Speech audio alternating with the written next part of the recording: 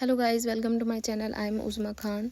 कल तो अच्छा रमज़ान गुजर गया था, पहला क्योंकि संडे था, लेकिन आज मंडे है और बच्चों के एग्ज़ाम भी है तो मुझे जाना पड़ेगा। गाइस आज मैं लेट हो गई हूँ, मुझे फारूक भाई छोड़ के ना चले जाएं। गाइस आज तो धूप भी बहुत तेज़ है, आप देख सकते हो।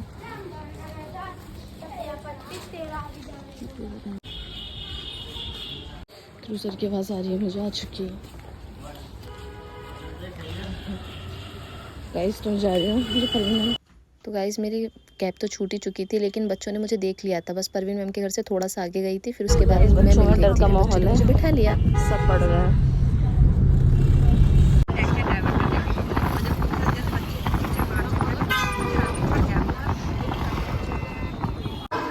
बच्चों आज मेरा रोजा है, परेशान मत करना। आपका है सारा? कभी ऐसे एक दाल का है। एक दाल का? ये कौन सा रोजा है? बच्चों के लिए होता है। अच्छा होता है, सही है। किस किस ने एक दाल का रोजा रख लिया? अच्छा, और किसी ने भी नहीं रखा? रख ही लो, एक ही दाल का रख लो। आज मेरी क्लास में ड्राइंग का पेपर था और उन बच्चों की ड्राइंग देख के मैं आई वॉज शॉक्ड कि यार दे आर 9 और 10 ईयर्स ओल्ड और मुझसे कितना ज़्यादा अच्छा बनाया है इन लोगों ने। इम्प्रेसिव। रेनबो भी काफ़ी अच्छा है, कितनी सफाई से बनाया है। 10-12 के भी बच्चे नहीं बना पाते इतने अच्छे से। आज तो बहुत ही तगड़ी धूप हो रही है।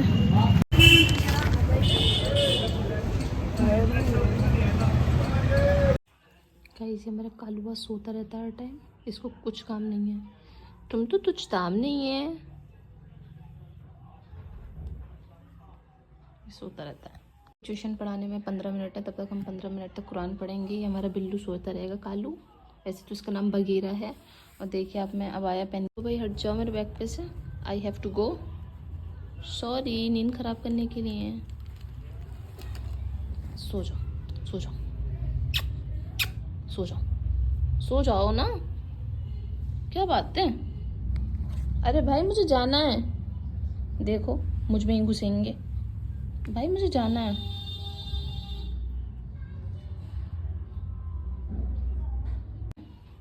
छोड़ो छोड़ो भाई, जा रहा हूँ। देखो मुंह से पकड़ लिया है इसने। मुझे जाना होगा, इफ्रा के एग्जाम है। जाने दो, अब परेशान नहीं करो, बाय। करा रहे हैं, बट बच्चों को पढ़ाना ज़रूरी है बिकॉज उनके एग्जाम्स चल रहे हैं। तो चलते हैं। मारने की कोशिश करें इस कुत्ते को, इनको मुँह तोड़ेंगे और मारेंगे तो। बच गए। ये तो सबसे खूबसूरत जगह। गाइस इतने मज़े से लेटे हुए हैं जैसे इन्होंने रोज़े रखे हैं सारे।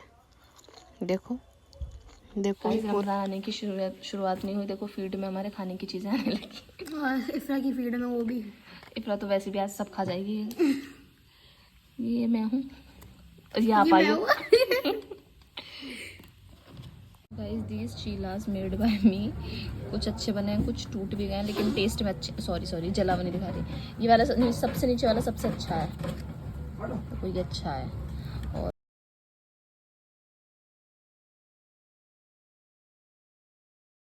So guys I have decided कि इस रमज़ान में ट्रांसलेट के साथ पढ़ूंगी कुरान शरीफ।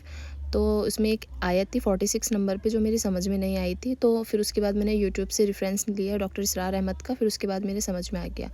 तो जो मुनाफिकीन थे वो मुसलमानों में शामिल हो गए थे, जिसको यहूद के ज़ेरा असर लोग भी कहते हैं।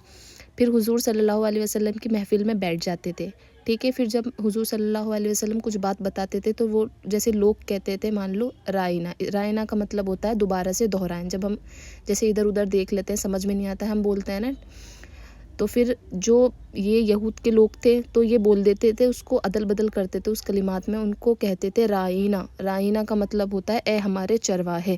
जो मुसलमान होते थे वो उनको टोक देते थे, तो फिर वो बोलते थे नहीं हमने तो राइना ही कहा है।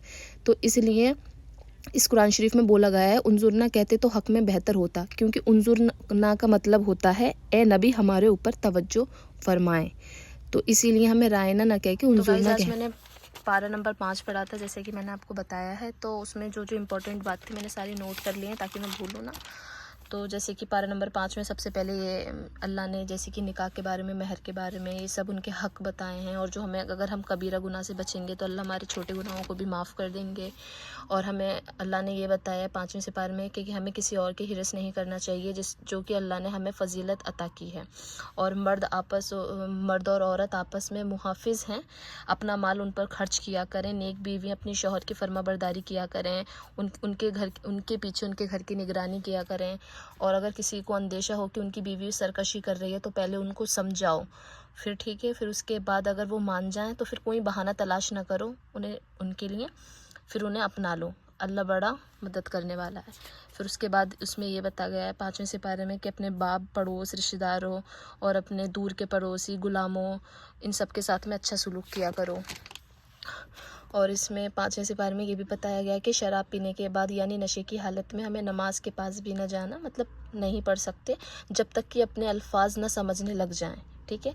या फिर और ये भी बताया अगर सफ़र में हो, पानी ना मिले तो तैमुम कर सकते हैं, और अगर बीमार हो, सफ़र में हो, बैतुल खला से होकर आओ तो फिर हम क्या कर सकते हैं, हम अपना पानी ना मिल रहा हो तो पाक मिट्टी से भी मसा कर सकते हैं।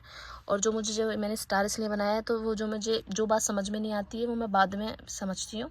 तो जैसे कि वो था राइना वाला था, तो मैंने वहाँ पे स्टार बना लिया था। हमें राइना ना कहना है, हमें उंजुर ना कहना है, ये हमारे हक़ में बेहतर है। तो गाइज़, आप मेरी वीडियोज़ देखते हैं, मैं कभी भी आपको थैंक्स नहीं बोला, इसलिए मैं आज भी बोल देती हूँ आपको।